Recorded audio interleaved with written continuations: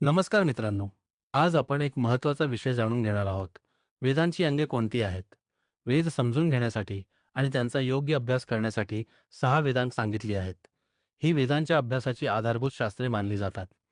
चला तर मग ती सोप्या भाषेत समजून घेऊया. शिक्षा म्हणजे वेदमंत्रांचा योग्य उच्चार, स्वर आणि मात्रा कसे असावेत याचा अभ्यास. मंत्र चुकीचा उच्चारला जाऊ नये म्हणून शिक्षा अत्यंत महत्त्वाची आहे. कल्पसूत्रामध्ये यज्ञ, हवन आणि विविध धार्मिक संस्कार कसे करावेत याचे नियम दिलेले आहेत. यामध्ये श्रौतसूत्र, गृह्यसूत्र आणि धर्मसूत्र यांचा समावेश होतो. संस्कृत भाषेचे नियम समजून घेण्यासाठी व्याकरण आवश्यक आहे. महर्षी पाणिनी यांनी लिहिलेले अष्टाध्यायी हे व्याकरणाचे प्रसिद्ध ग्रंथ आहे.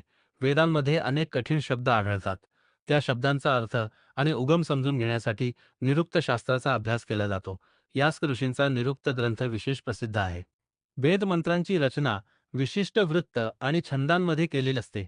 गायत्री, अनुष्टुप आणि त्रिष्टुप हे वेदांमध्ये आढळणारे प्रमुख छंद आहेत. ज्योतिष वेदांगामध्ये कालगणना, तिथी, नक्षत्र आणि मुहूर्त यांचा अभ्यास केला जातो.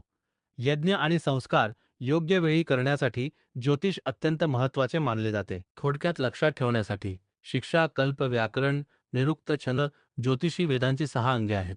जर तुम्हाला अशा प्रकारचे ज्योतिष, वेद आणि भारतीय ज्ञान परंपरेची माहिती आवडत असेल, तर व्हिडिओला लाईक करा, चॅनलला सबस्क्राईब करा आणि बेल आयकॉन नक्की दाबा. धन्यवाद.